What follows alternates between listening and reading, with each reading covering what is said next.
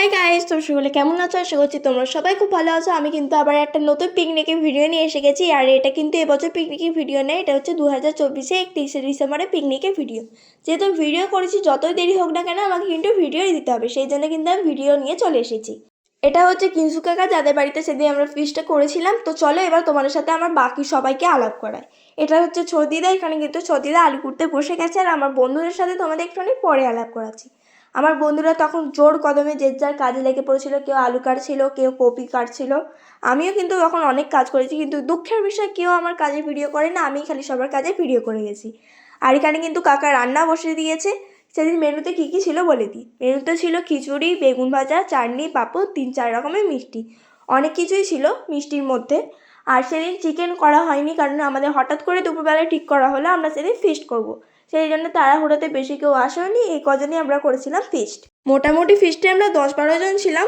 আর 10-12 জনের মধ্যেই কিন্তু অনেক মজা হয়েছে, কিন্তু আরও বেশি জন থাকলে আরও বেশি মজা হতো। যাই হোক, আমরা কাজ করে অনেক হাঁপিয়ে গেছিলাম বলে তারপর আমরা কিন্তু খেলতে বসে পড়েছিলাম। তখন কী খেলছিলাম বলো তো? এক মাছলি পানি মেঘে ছাপা।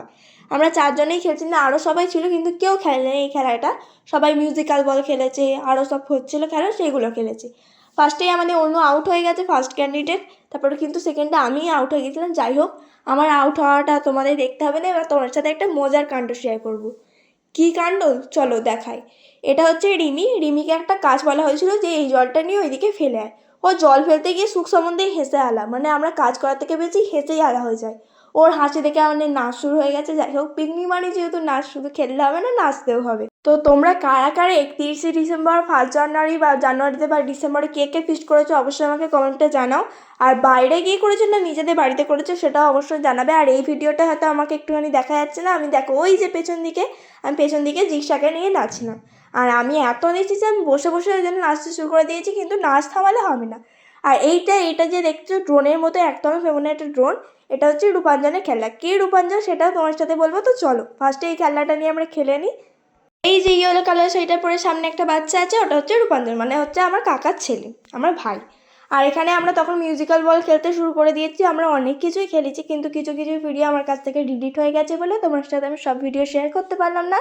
যেগুলো ছিল সেগুলোই তোমার সাথে শেয়ার করলাম। আর আমি তোমাদের আগের ভিডিওতে বলেছিলাম যে আমি আজকের ভিডিওতে, মানে এরপরে যে ভিডিওটা আনবো সেই ভিডিওটা আমি একটা ভয়েস রেকর্ড ছাড়া আমার একটা ভিডিও আনবো, কিন্তু আমার ভয়েস রেকর্ড ছাড়া ভিডিও করা হয়নি বলে তোমার সাথে আমি শেয়ার করতে পারলাম না। যেদিন ভয়েস রেকর্ড ছাড়া আমি ভিডিও করবো সেদিন অবশ্যই তোমার সাথে শেয়ার করবো। তো চলো, এটা হচ্ছে রিমি, এবার আমার বন্ধুদের সাথে আলাপ করে। আর এটা তো আমি অবশ্যই চিনতে পারছি। আর এটা হচ্ছে মিমি, এটা অনুষ্কা, এটা আরাধ্যা। আর মিমির পুরো নাম কিন্তু প্রেয়সী, ওর নামটা মিমি মিমি বলেই আমার এমন হয়ে গেছে। যাই হোক, এই হচ্ছে জিকুর মা, মানে কাকিমা। কাকিমার পাশে একটা কাকিমা দাঁড়িয়ে ছিল, ওটা হচ্ছে রূপাঞ্জনের মা। এখানে কিন্তু কাকিমার আর খিচুড়ি বসিয়ে দিয়েছে, যেহেতু আমাদের তাড়াতাড়ি বাড়িও যেতে হবে, নাচ ফাচ করলে হবে না, খেতেও হবে, খেয়ে বাড়িও যেতে হবে। সেই জন্য কাকিমারা রান্না বসিয়ে দিয়েছে। আর আমাদের নাচ করতে করতে কিন্তু কাকিমাদের রান্নাও কমপ্লিট হয়ে গেছিলো, কাকারাও অবশ্য রান্না করেছে। সেই জন্য আমরা ফার্স্ট ব্যাচে খেতে বসে পড়েছি। আর কি মেনু হয়েছে আর বলার দরকার নেই, যেহেতু তোমাদের সাথে আগেই বলে দিয়েছি।